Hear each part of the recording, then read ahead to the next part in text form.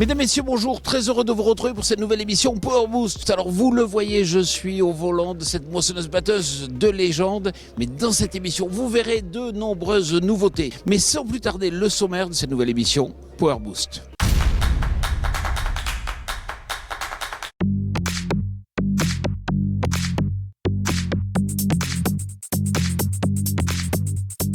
Bonjour à toutes et à tous. Cette semaine, vous nous avez peut-être croisés. Nous étions à Innovagri à Onde près de Toulouse. Si le soleil n'a pas toujours été au rendez-vous, on a quand même pu voir des machines d'exception qui rivalisent de technologie pour s'adapter au mieux à vos conditions de travail.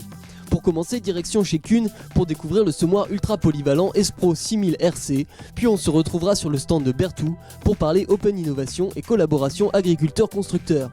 On verra également un semoir d'outre-Manche, le Weaving GD 6000T, et enfin pour ceux qui cherchent du travail, la société Vantage Nord a de bonnes nouvelles pour vous. Ce sera en fin d'émission, donc restez avec nous. Mais avant tout ça, on se projette quelques mois dans le futur pour parler des nouveautés Fendt qui seront présentées à l'Agritechnica. Vous allez voir que vous ne serez pas déçus et c'est tout de suite dans les news.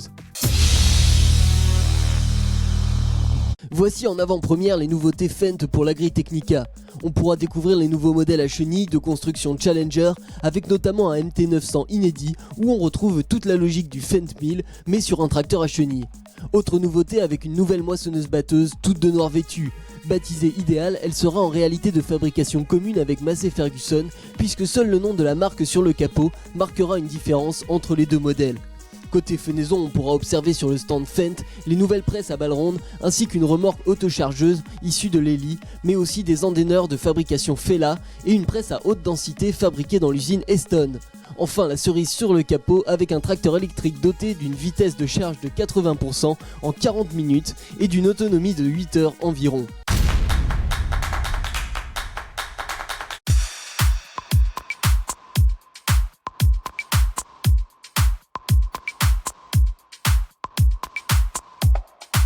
On le sait, l'agriculture évolue de façon très rapide. Actuellement, on parle même de semis interespèces, voire de semis de plusieurs variétés. Et justement pour ça, il faut avoir des semoirs polyvalents. Frédéric Gerbert, bonjour. Bonjour Jean-Paul. Alors vous êtes support produit chez Kuhn. C'est vrai que vous parlez de l'Espro 6000 RC en disant il est très polyvalent. Il va falloir que vous nous démontriez pourquoi. Alors on va peut-être regarder du côté de la trémie. On y va.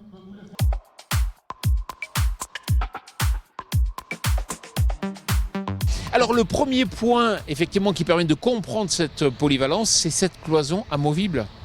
Oui, donc la polyvalence, elle débute tout simplement par la trémie qui elle a une paroi amovible.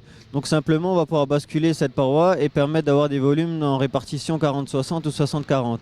En gardant la possibilité à chaque fois d'avoir une utilisation à 100% de la trémie pour une seule semence.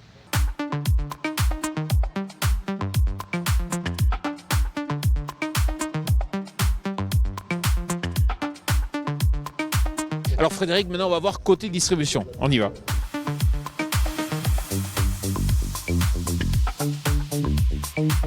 Alors Frédéric, le second point clé pour la polyvalence, c'est au niveau de la distribution.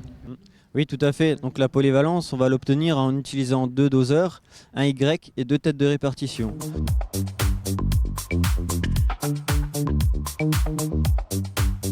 Donc les 2 doseurs, eux, vont pouvoir être couplés via ce Y. C'est vraiment cette pièce qui va pouvoir apporter la polyvalence de la machine.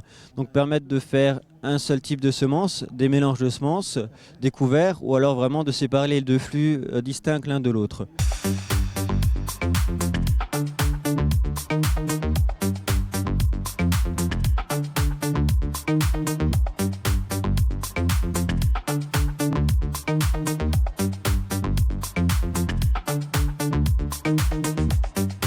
Et le troisième point clé, c'est effectivement le fait d'avoir 2 rangées de semis totalement indépendantes. Oui, donc les 2 rangées de semis indépendantes vont pouvoir nous permettre de gérer 2 semences différentes ou de l'engrais.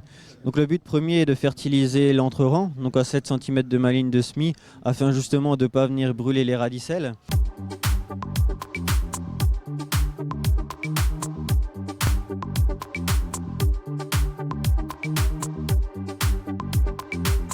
L'autre possibilité, c'est aussi de pouvoir fertiliser sur le rang si je le souhaite via mon Y. Et quand on parle de couvert, ça va aussi pouvoir me permettre justement de gérer 2 profondeurs différentes. Donc de la févrole qui est une grosse graine qu'on va pouvoir semer plus profondément et une petite graine type colza ou moutarde qu'on pourra mettre en surface. Alors ça veut dire qu'au final, avec une conception simple comme cela, tout est possible? Oui, effectivement, on va pouvoir gérer plusieurs espèces de l'engrais, des semences différentes. On va pouvoir aussi gérer 2 profondeurs de semis différentes et donc vraiment adapter la semence et la profondeur à chaque type de culture.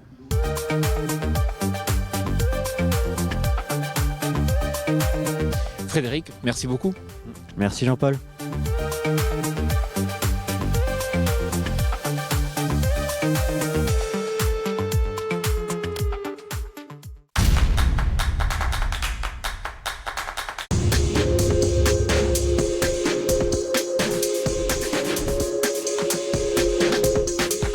Alors vous le savez, l'Open Innovation, on en parle partout dans les entreprises de nouvelles technologies, dans les startups, concrètement dans l'agriculture. Qu'est-ce que cela donne? Justement, François-Xavier Janin, bonjour. Bonjour Jean-Paul. Alors c'est vrai que chez Berthoud, vous êtes à l'écoute des utilisateurs. Est-ce que vous allez plus loin?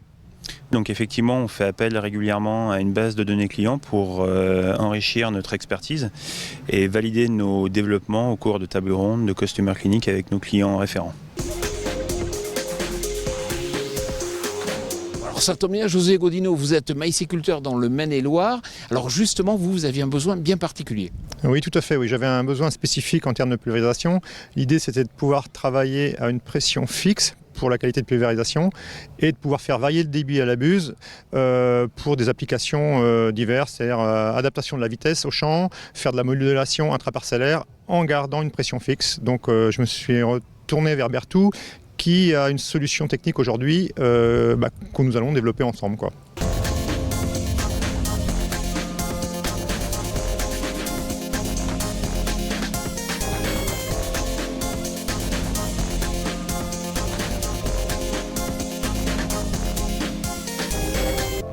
Donc là, on a carrément commandé une machine avec cette innovation technologique qui va être livrée là dans les semaines qui viennent. Et on va donc tester la technologie et l'adapter à nos besoins, quoi.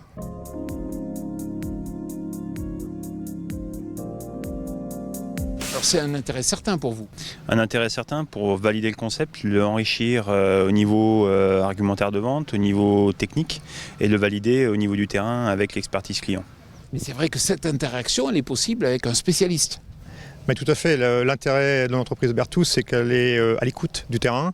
Elle a la capacité à réagir et à s'adapter aux innovations de demain, quoi. Donc c'est pour ça qu'on s'est rapproché pour pouvoir développer cette technologie-là, quoi. Merci beaucoup. Merci. Merci.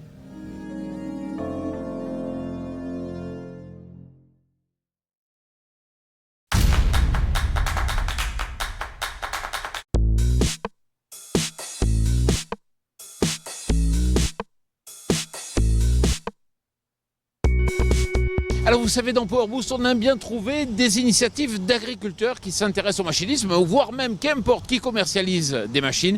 Et c'est le cas avec Eric De Wulf. Bonjour. Bonjour. Alors vous êtes un passionné de TCS, c'est bien ça? Oui, je suis passionné de TCS depuis 20 ans, puisque je fais du semi-direct depuis 17 ans et du non-labour depuis bien plus longtemps, 21 ans maintenant.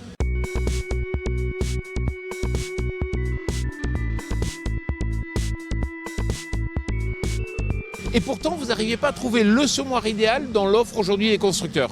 J'en ai utilisé plusieurs au cours de ma carrière, notamment un semoir à double disque verticaux, qui a la particularité de plier la paille dans le sillon et de laisser des sillons ouverts, souvent. Enfin, c'est un résumé un peu rapide, mais c'est ça. Et ensuite, je suis passé à un semoir à dents, qui lui dégage complètement le problème de la paille, mais par contre, il foisonne trop le sol, et donc on fait relever des graminées que l'on ne souhaite pas, évidemment. Et le deuxième problème, c'est que dans des gros couverts, la dent ne passe pas.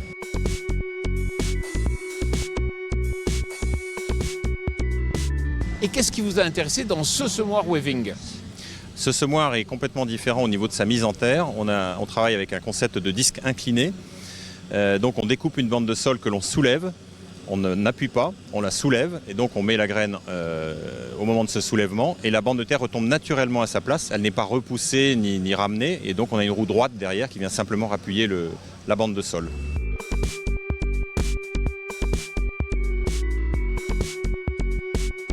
À tel point que vous êtes devenu aujourd'hui l'importateur de ces semoirs.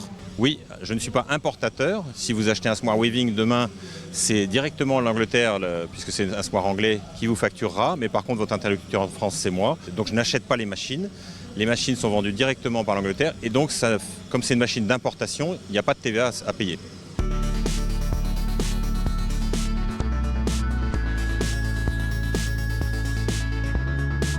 Quand seront-ils disponibles et à quel prix? Alors les semoirs, il y a toute une gamme qui va globalement de 35 000 à 100 000 euros suivant les modèles. Ici on est devant un modèle de 6 mètres, multi-trémie, etc. On bordille les 100 000 euros. La disponibilité en ce moment c'est à peu près 1 mois et demi, 2 mois maximum. Combien vous en avez vendu aujourd'hui en France? J'en ai vendu depuis 1 an 21. Éric Devluff, félicitations. Merci beaucoup.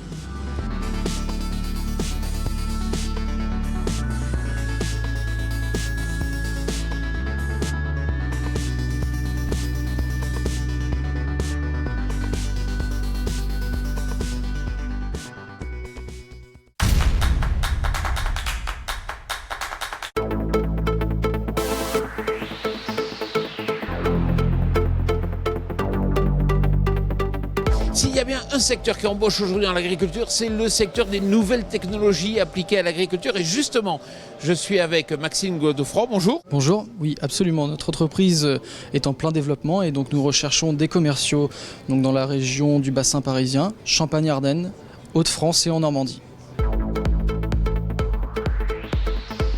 Et puis ces emplois bien payés. Oui absolument. Donc un emploi de commercial chez nous peut rapporter entre 40 et 60 000 euros avec les commissions. Quel profil recherchez-vous?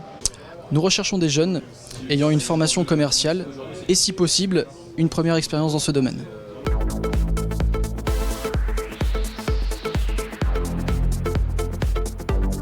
Et puis vous êtes en plein développement à l'international.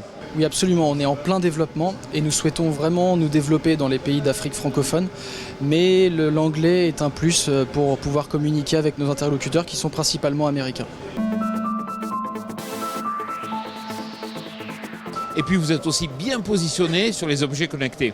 Oui absolument, donc nous avons créé la société Visiogreen qui sont principalement dans le monde de l'IoT, donc les objets connectés, qui va permettre demain de connecter tous les agriculteurs sur leur smartphone.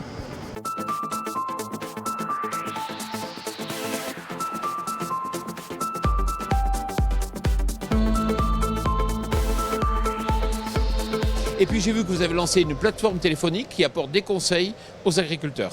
Oui absolument, aujourd'hui l'agriculteur a besoin de conseils techniques et donc c'est pour ça que nous avons créé cette plateforme multimarque qui permet de répondre aux besoins des agriculteurs.